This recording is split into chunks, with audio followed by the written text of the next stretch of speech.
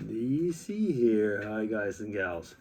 Well, I've been away for a few weeks and haven't had the time to do any tags, but I just got home from almost, 3 good weeks in Spain. There'll be videos about that, I guess, but right now I saw the latest Jasmine tag. And by the way, Jasmine, love the hat. So I decided I was gonna put a one that I don't usually wear. Um, it's being told to me that it looks a bit like a leprechaun hat. Maybe it is, or it looks a little bit like I don't know, maybe some type of Victorian hat. Not quite certain, but anyway, I thought I'd put this one in honor of your fantastic hat in the last tag. So anyway, let's get right over to those tags because it is not Monday, and so it is already Thursday. But let's do it. So this is Jasmine's last Monday 5-question tag. So question 1, why do you like doing tags? I get the impression that most of us like doing tags because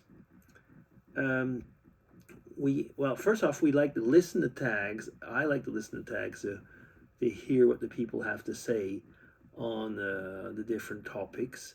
It helps you to get to know people, and I find that actually tags give you, I was almost going to say material for vlogs, because my tags, if you notice, are usually pretty long.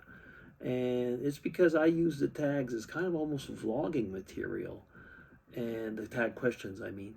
And that's one of the main reasons I like it.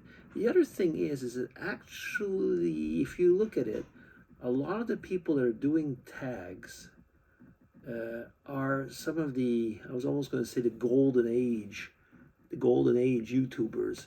I mean, from when when YouTube started, and most of us started out doing tags. A lot of us actually met, when I think about it, I met a lot of the people on the Spooky University channel because we were doing video responses at the time, and that was it was a kind of a tag channel in a way. Usually it was just one question, but it was a kind of a tag channel. And a lot of us met that way. And, tags have been around for quite a while. Yeah, that's pretty much it. Question 2. The last time you got something new for yourself? Some people might say I've been on a trip, so I probably got something new for myself. And actually, I didn't. I was looking for a beret. And the day that I went to the store, which would have had the beret, which was out of season in a way, it was closed. So I didn't, and I didn't get any knick-knack souvenirs or stuff like that, So the last thing that I got for myself, well, by the way, as you see, I would have got a hat as well, and it's too bad, but I don't have it. The last thing I got something for myself. Oh goodness, what could it have been for myself? It's been a long time ago, but this might be it. It's a lens for my camera. That might be it.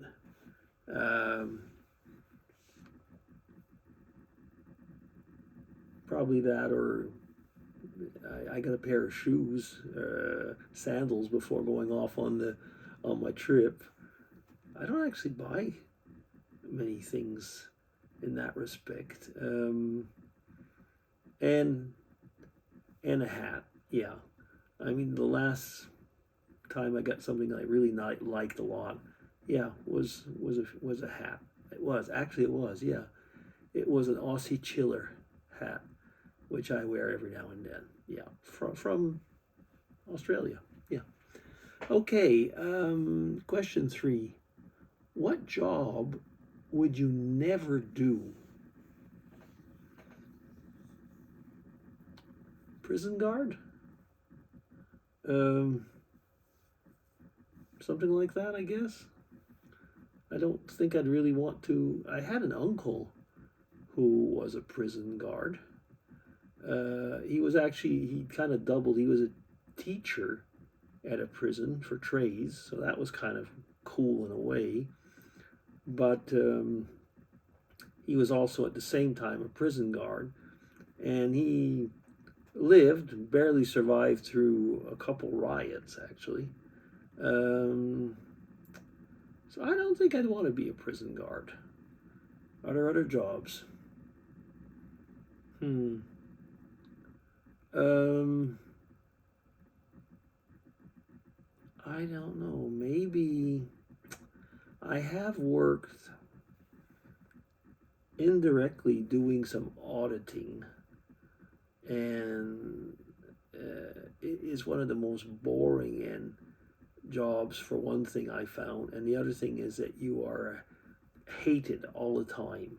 If you've ever worked as an auditor, you will know how quickly you get hated by the people you are auditing. So, one of those two, I guess. Question 4. Would you tell a lie? Would you tell a lie or tell the truth in a job interview?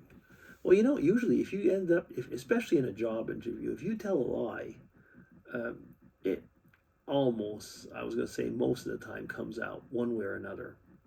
There's ways of already when you're interviewing to check things if it's true or false. And so, no, it's probably, I wouldn't tell a lie. Having said that, there's some interesting facts between Europe, continental Europe especially, and the United States when it comes to job interviews. I've had job training on interviews at one time. In former life when I was working at the farm industry, and we had a European teacher and one from the United States, and the techniques for job interviews were very different. In Europe, you would like to know more about the person, so you would ask questions, for example, related to hobbies, related to food, related to maybe not religion, or things like religion or sex. Usually, those are no-nos, but other hobbies, food, stuff like that, and just to get a feel for the person, and of course about their scientific background, because I was in science, or their background, to know if they're able to actually do the job. Now in America, I mean the American teacher, so the teacher from the United States, would tell us, no, all that's off limits. You're not allowed to ask any personal questions. You're only allowed to ask questions about how the person is able to do the job and be able to do the job well. And we were saying that the Europeans, even the European teacher, was saying, well, we want people that are team workers, and just because a person's able to actually do a job doesn't mean the person will be able to fit into a team, for example, or other things. So it was very interesting to see, even between the teachers at the time, there was a big difference in opinion on how to get along with that. Now, we did have one of the teachers from the UK, and that person was a lady, was kind of like in between, not quite pro continental Europe, but not quite pro United States. Okay, I think I've said enough on that one. Questions 5 and last. Did you ever expect yourself to end up as a person you became now? Yes and no. I don't think my core values have changed, actually, even since I'm a young boy. So in that respect, I sincerely think I'm pretty much the person I would have expected to be as far as my core values go. But to expect to be where I am now, to be the type of dad, granddad, and so on, no, because I didn't know that I was going to emigrate to Europe, and in particular to Switzerland. I didn't know that, at the time that we would have children with partners that were from different backgrounds, different countries, and so on. So in that way, I didn't expect, and it certainly modeled the way, and sometimes maybe the way that I would see the world in a different, in different ways. So in other words, tolerate's probably not the right word, but accept customs that were different to mine, things like that. And at the same time, like I say, my core values actually have not changed over the years. So in that respect, I guess, that much I would say, yes, I am the person I expected to be as far as the core values go. I'm not at all the person I expected to be as far as many other aspects of my life. Yeah, certainly didn't expect to end up being retired in Switzerland. Okay, is that it? Yes, it is, and I've been talking more than long enough. So, excuse me. Thank you very much, Jasmine. And there's no way that my hat can compete with yours this time. I think that we have to say that the hat queen is definitely you. There is no doubt. It's a great hat, and I could see you over in, an Ascot or some horse race, with the Royals, sitting there with that hat. Okay, LBDC signing off. Take care, everybody. Bye bye.